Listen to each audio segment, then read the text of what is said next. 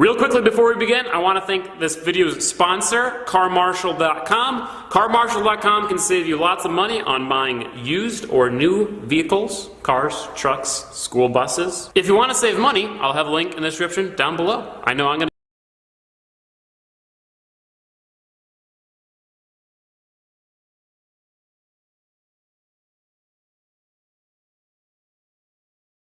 TPD files petition to seize guns from Crawfordville man. Tallahassee, FLA, WTXL, the Tallahassee Police Department is asking to have multiple guns seized from a 21-year-old man who's previously made threats to harm law enforcement and has a history of mental illness. The petition was filed on Friday and is the first to be filed in Leon County under the Marjorie Stoneman Douglas High School Public Safety Act Governor Rick Scott signed last month.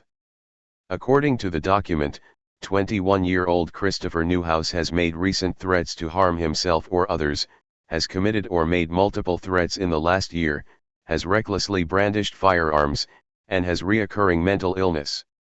Because of that, the petition, filed by TPD's attorney Teresa Fleury, asserts that Newhouse poses a significant danger to himself and others. Newhouse owns an AR-15, and 2 other semi-automatic rifles, according to the petition. In April 2017, police officers were dispatched to First Florida Bank on Capitol Circle SE about a suspicious incident. A teller told police that Newhouse had come into the bank, and while making a large deposit, made a comment about buying a gun and robbing a bank. Newhouse later denied making those comments when officers questioned him about it. In July 2017, TPD received a report that Newhouse was making threats to kill police officers, saying that pigs got to die. In September 2017, police responded to Newhouse's Crawfordville home where he was intoxicated and admitted to firing his AR-15 in his backyard. He voluntarily surrendered his rifles, a Diamondback AR-15 and a FNPS-90, to police for the evening. In February 2018, Newhouse was taken into protective custody after family members reported that he was making comments about his desire to kill law enforcement. He even admitted to investigators, according to the petition, that he desired to kill law enforcement and didn't care if he lived or died. After being put in protective custody via the Baker Act, police found a loaded semi-automatic weapon in his car. During that stint, the petition says that doctors learned that Newhouse suffers from psychosis and prescribed him medication. As part of an outpatient order, documents say doctors recommended that Newhouse should not possess any firearms or weapons. Newhouse was Baker acted again in March 2018 for being suicidal and not taking his prescribed medication.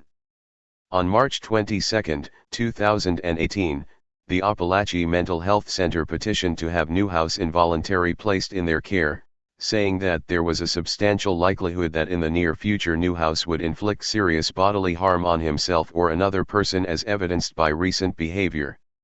According to the document, it is unknown why this petition was denied. If the petition is granted, Newhouse will be forced to surrender all firearms and ammunition in his possession, surrender his license to carry, and will not be permitted to possess or purchase any firearms or ammunition while the risk protection order is in effect. TPD is asking that the risk protection order remain in effect for up to a year. A judge has not yet ruled on the petition. Unfortunately, on Valentine's Day, we lost 14 of our kids and 3 of our teachers. On a day that is supposed to celebrate love, they were brutally murdered in cold blood. Families were shattered, and unfortunately, this wasn't the first time our state has been rocked like this. In 2016, 49 innocent victims were murdered at Pulse nightclub. And early last year, another 5 people were killed by gunmen at the Fort Lauderdale airport. I cannot possibly convey to you the grief that I have seen and felt in attending funerals and spending time with these families.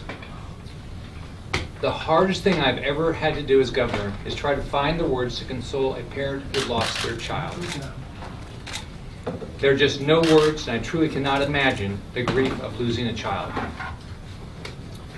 Some of the Parkland families are here with us today. And I'm very Public Safety Act into law. The state of Florida has now taken an important first step to enhance the safety of our schools. We applaud the leaders and members of the Florida legislature that came together quickly to find common ground, putting aside their differences to move the bill forward. When it comes to preventing future acts of horrific school violence, this is the beginning of the journey. We have paid a terrible price for this progress. We call on more states to follow Florida's lead and create meaningful legislation to make all schools safer. This time must be different. How could we be happy? He buried his sister, and I buried my daughter. To me, this is a start for us.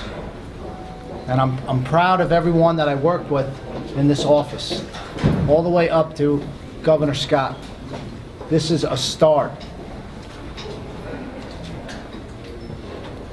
And after this moment, we're going to work on moving forward and hitting every other state to make sure they follow the lead of Florida.